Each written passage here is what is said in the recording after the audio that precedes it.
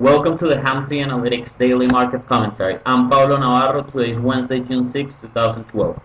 For the market internals, the New York Stock Exchange advanced decline differential closed at 2,212. The Nasdaq advanced decline differential closed at 1,621. There were 14 new 52-week highs for the S&P 500 and one new 52-week low. For the volatility, there were 640,000 contracts traded on the VIX and 71 million in total premiums paid. For the dollar-weighted put-call ratio in July, we saw a 0.27 reading with 45% of total premiums paid.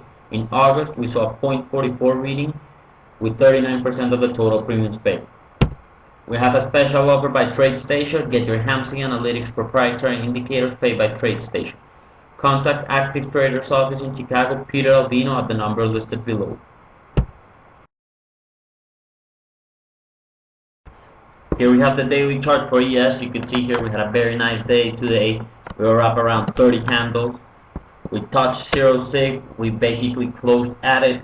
So that's important. An important line we're gonna look at. Here we watch the CI. You can see it's turning upward. Now it's pointing higher, which is good for the market.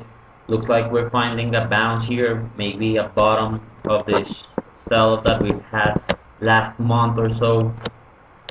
Sigma channel width is decreasing, but that's because of the change of direction. So we now want it to get increased, but once we go higher, so that's what we're gonna look for. On the daily chart here, as I mentioned, we crossed the 20-day moving average. Now we're gonna see what happens from above here. Let's look at SPX to see where the next resistance are. We're looking at the 1315 on SPX. That's gonna be a 20-day moving average. That's gonna be a key resistance level. So above that, we're probably going to go and test 1357, 1360, which is the 100-day and the 50-day moving average. And if we are able to break those, 1400 is next, and maybe a high for the year. But now we need to focus on the 1315 level, 1320, which is the 20-day moving average right now. For gold, here we have the daily chart. You can see we had a update today, which was good. We broke the 50-day moving average that was acting as resistance. Now we're at the 1624 level. We want to break above the 1650 and 1670, which is the 100-day moving average. Those levels are going to be important. Above that, we have the 200-day moving average, so still a lot of ground to gain after this big sell-off in the last couple of months on gold. On the low side, we're watching 1583, which is the 20-day moving average. Those are going to be the two targets, so it's 1670 and 1583. For silver, the daily chart here you can see we were basically good day today. Almost break the 30 level that we've been watching at. We broke the 20-day moving average. We broke the channel that we've been here, that we said that it was looking like a bear flag.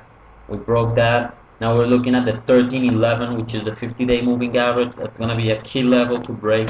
Above that, 31.8 and then 32.8 are the levels. Below here, we're watching the 2831 level, but now the 26, it's invalidated by breaking the 20-day moving average. So watch for the 13.1 and the 28.3. On the VIX, you can watch here, we had a very big down day, 10% lower for the day. We're at 23.76. We broke the 20-day moving average to the downside. So it's good that we're bouncing back on the market. Volatility is going out. We're gonna have to see if it's gonna hold here, and we're gonna drop to the below 20s. That we want to see the volatility below 20s, get some uptrend on the market, and things getting back on track. So we're gonna see what happens. Have a good day. I'll talk to you tomorrow.